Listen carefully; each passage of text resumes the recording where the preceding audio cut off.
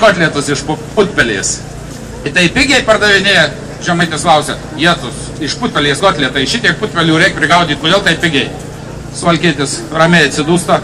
Nieko tokio, kai per pusę su arkliu maišai vienas arklys, viena Putpelė, vienas arklys, viena Putpelė. Neblogai išeina.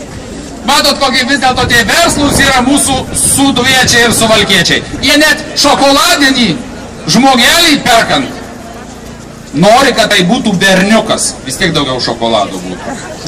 Ačiū jau pribliuznėje, Žydrūnai, ačiū labai. O dabar į sceną grįžta Marijampolės kultūros centro tautinių šokių ansamblis Jotvingis vadovė Alina Kvietkauskienė, jie pašauk šokius Gumbinę ir Aneliukės polką.